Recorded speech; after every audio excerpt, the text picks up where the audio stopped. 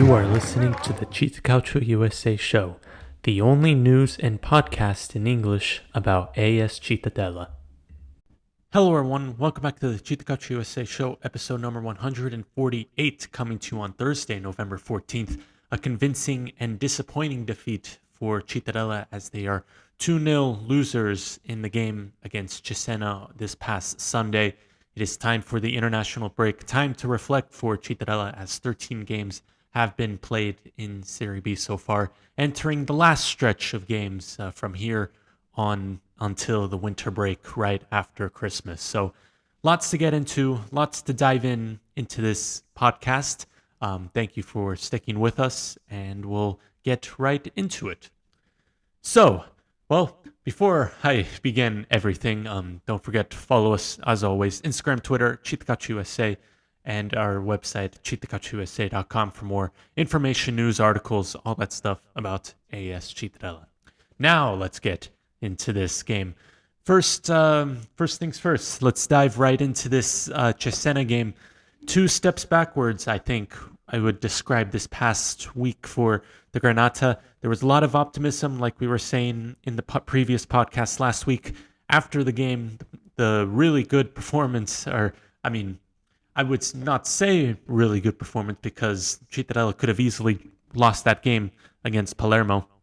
However, a very good result, that's what the word I was looking for, very good result in that game against Palermo, 1-0 victory. And who knows, we were saying that could have been a turning point in the season, kind of like how it was last season before Cittadella went on that 8-game losing streak and ended up missing the playoffs. But that could have been a turning point, and there was some real, sense of belief because Cittadella in their last 2 games have played Sampdoria and Palermo, 2 clubs that are in the top 8 and are really you could argue, one of the strongest teams in Serie B, and getting 2 results from it. 0-0 at home against Sampdoria, a game where Cittadella could have easily won, and then the game against Palermo, 1-0 victory at the Stadio Renzo Barbera. There was a lot of optimism going into this game against Cesena. However, it was really 1 step forward in that last week and then 2 steps backward in this because Cesena 2-0 victorious at the Tombolato on Sunday. I think I said disappointing and convincing in the opening game, not in the opening game, in the opening sentences of this podcast. And I would back it up by saying this, there is no shame in losing against Cesena right now. We were talking about Cesena being one of the surprise packages this season, just given how good they've been in Serie C last season and, some of the pieces they have. Mignani, good coach, knows how to get the team going, kind of like what he did at Bari 2 seasons ago. They're sitting 4th place right now, 21 points. That's more than teams that we expected to be higher up, like Cremonese, Palermo, even Brescia. You could say Sampdoria up there, even Frosinone, who is in bottom of the Serie B right now. I don't think we expected Cesena to be this good this early on, and they've been scoring goals for fun. So there's really no shame in losing to this Cesena team. But the way it happened, I think fans have a right to be upset, and that's why I could say, without a doubt, it was a disappointing performance from Cittadella. It could have been easily 5-0 in this game, and that was kind of similar to the game against Palermo, where in the first half, Cesena had many, many opportunities, and if it wasn't for Elan Castrati, who played once again another brilliant game in this match, it could have been easily 4-0 at halftime. Castrati was brilliant on the night again. I would say probably the best player once again for Cittadella. And this was just a game where there just wasn't anything going in the attack.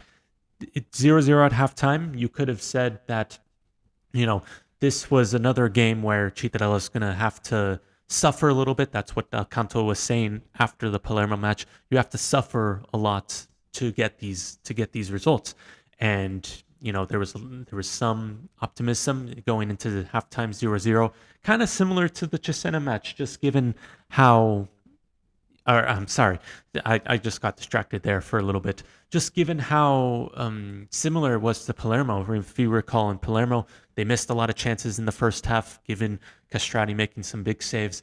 This very similar in the way it happened against Cesena. A lot of chances for them to take the lead, but they didn't, so it ends goalless at the break. And then, as soon as Cesena get that goal, Bastoni, who scored from outside the 18, it just seems like the heads dropped, and there was no real response from Cittadella to get a goal back or anything like that. And if you look at the chart I've been keeping, the chart that I've been keeping for the past seasons now, is when Cittadella concede the first goal, as I pull up the chart right now. This season, when they've conceded first, that includes the Coppa Italia match in August against Sassuolo, Cittadella are 0-1-6, so only one draw given that.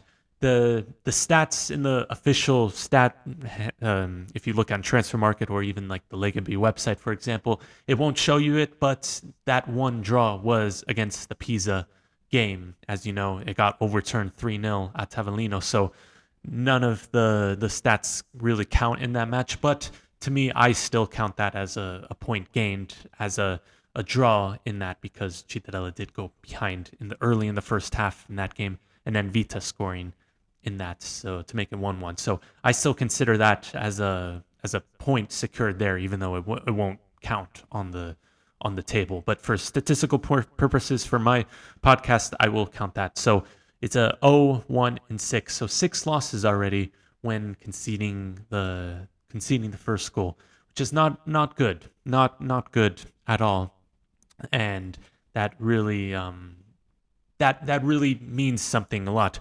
If you recall last season in the first part where Cittadella were very, very good, there was a lot of instances where they came back to get a point or to come back to get a result. If you recall in some of the other games where Cittadella were kind of, they were struggling in a moment or they were winning, and then I remember the games against Spezia, against Südtirol at home, where the Spezia and Südtirol equalize, and then Cittadella come the other way and get that goal to really, show that good mentality. There just seems to be missing that from Cittadella in these past games, in the past weeks, where they just can't really respond or get that response off when they concede. Another really thing that concerned me, and I don't know if this was a Cittadella defensive point of view or it's just this was, credit to Cesena. They just have a really strong attack. Is every time Cesena went forward, whether that was a counterattack or slow build-up, it just seemed like they were going to score. They were so dangerous.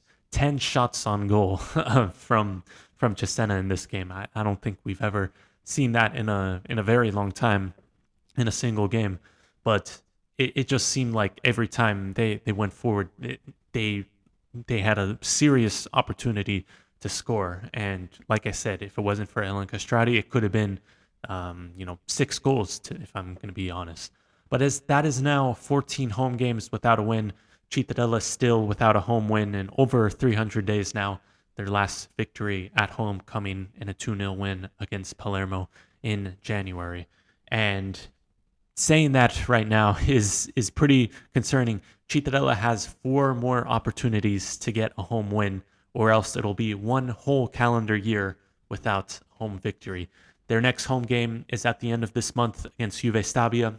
Then it's at home, 2 back-to-back home games against Cremonese and Reggiana, and then they close out the year. They close out 2024 with Palermo. So they open 2024 with Palermo. They will close 2024 with Palermo, both at home. So that'd be quite something if they could win that both twice against. That would be quite something that the only 2 home wins in the year of 2024 would come against Palermo. But four chances to do that, and currently it stands 14 home games without a win. They've already broken that record in the professional leagues as a club, as in club history. It was 11 games, I believe, but that is now that's a much smashed record, and they're just it's just unwanted stats at this moment. Another thing I kind of want to touch upon in this game is Dal Canto actually said this after the Palermo match last weekend, or not last weekend, the weekend before, is that Palermo and Sampdoria, they were two physical teams, and Cesena he thought was a more technical team. And I think after seeing this game, after seeing this results on Sunday, I think it does indicate that Cittadella probably plays better against physical teams. It probably matches them better. If you have seen Cittadella play in these last 2 years or so, you know that Cittadella is a very physical team. They foul a lot. There's a lot of yellow cards. Maybe not so much under Dal Canto, but under Guarini, you definitely saw a lot of fouls being committed, and it just that was kind of their strength of making the game really physical, making teams, really battle in the middle of the field. I think when they are playing against technical teams like Cesena, who has the ball more, who really dynamic in attack with Antonucci, Scipendi, you got Bastoni in the midfield. I think that really that really causes a problem for Cittadella, because if we're being honest, if we're looking, at the squad, it's not the most technical team. You got Magrassi, Rabi up front, two forwards that are, more on the physical side. And you could say the same thing for De Sogus, who hasn't been starting for a while, although I think you could argue De Sogus is more technical. Cassano, I feel, is a very technical player, and I think he should get the start more often. But in this game, I don't think he started. It's been quite a few days now, but no, Cassano did not play. He did enter in the second half, for that matter. But I think, and this to prove my point even further, you saw the game against Cesena. Not a good result, not a good performance. Even worse result came against Sassuolo, who I'd argue have one of the better rosters, the best rosters in the league, and are very, very good in that sense. And so you saw what happened against Sassuolo, a 6-1 defeat in October, which ended up being Eduardo Guarini's last game. So I also think that, like I touched upon earlier, that there's definitely a mentality crisis going on in this team. First goal concede, the heads drop. There's just really no response when the first goal comes in. And another thing is obviously the home record. The home record is just they got to get a home win. It doesn't matter. I keep saying this. It feels like every week, but it doesn't matter how it happens. They could play really horribly and get a 1-0 win off a long throw. Just something to break this streak, because the longer this goes on, the longer it'll stay in the players' minds. Dal Canto said this. He doesn't think that this has an effect on the players or on the performances playing at home. This record does, but I have some doubts about that, because that is now 14 home games without a win. I'm pretty sure that is the longest in Serie B currently right now. And I'll have to double check on that. But there's definitely a mental block when it comes to home. And like Enrico Leo said a few weeks ago, I think the team definitely plays better away from it. And they'll have that chance next weekend or the following weekend, because right now it is the international break, to kind of get a better performance away from home, this time against Bari the following Sunday from now. But speaking of Bari and the other Serie B teams, that's kind of all I have to say about the Cesena match. Let's get into the standings and match day 13 of Serie B as I pull it up right now, or maybe not, because the technology is not working in my favor once again. Just real quickly, no Speaking Serie B episode this week. If you noticed, the weekly show of me and Elia, the Italian guy who is a Spezia fan, we do weekly shows of Speaking Serie B. That's the name, and we talk about the latest round in Serie B, all the news. So you could find that both on our channels, Speaking Serie B, CittaCalcioUsa, and Elia, the Italian guy. But no show this week because Elia was busy with some things, also because it's the international break and it would have been a shorter episode. But some reading the results, there was, once again, Serie B never disappoints with some of these results. You got Brescia being defeated at home against Cosenza. This was a crazy game. Cosenza was up 2-0 in the second half. Brescia coming back to score, and it seemed like it was going to end 2-2. But then at the final minute, Cosenza get a goal to sneak a win, 3-2 away at the Stadio Mario Rigamonti. So crazy game. Pisa continued to roll 3-0. Actually, the top three teams in Serie B, Pisa, Sassuolo, and Spezia, all won pretty convincingly from Pisa's point of view, 3-0 against Sampdoria. Sassuolo kind of having to grind a little bit away against Südtirol. That's always a difficult road match, so the win counts. And then Spezia defeating Juve Stabia 3-0 away from home. That was a really good result for them. But there's not much else I kind of want to cover it right now. Is the derby, Mantova and Cremonese. Mantova winning that 1-0. So there's still some issues for Cremonese.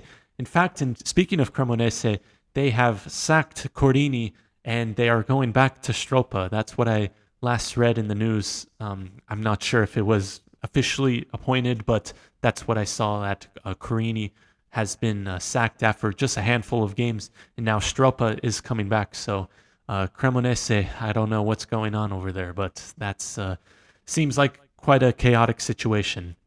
But the top three don't change right now. Pisa continues to lead the pack with 30 points. Sassuolo 28 points, followed by Spezia with 27 points in third place. Then there's a 6-point gap between Spezia and Cesena with fourth place with 21 points. Then follow that by Cremonese in fifth place. Cittadella's next opponent is Bari in sixth place with 17 points. They're starting to get it together after defeating Salernitana on the road. Towards the bottom of the table, Cittadella still in the relegation zone, entering 19th place going into the international break on 12 points. The only team worse than them right now is 20th place Frosinone with 10 points. They got a draw against Palermo last weekend. Just above Cittadella is on 13 points is Carrarese, Salernitana, and Südtirol. Then just above them, 14 points, Cosenza, Modena, and Reggiana. Now, before I kind of wrap up things, that was kind of the main segment. I just want to read you some news that came out in the last few days.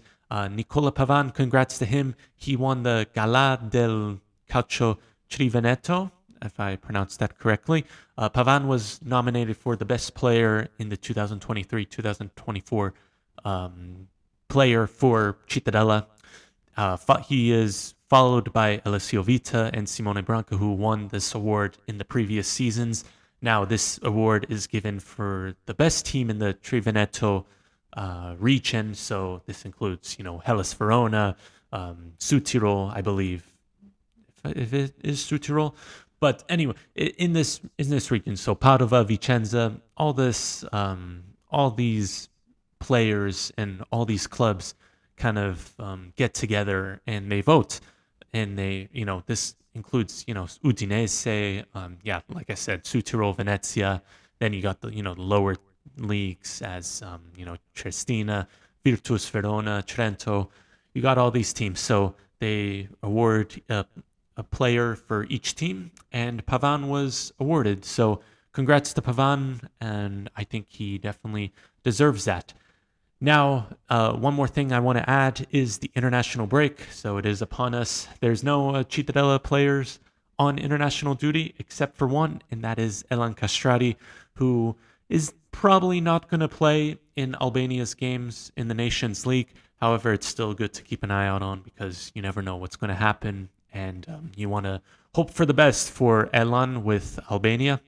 But he is going to be with Albanian national team up until Tuesday, where they'll have two two games, two big Nations League games that'll determine the position in Albania's group. But starting on Saturday, they play Czechia, and then Tuesday against Ukraine. So big Nations League games. They're two home games, so Elon won't be traveling anywhere besides Albania.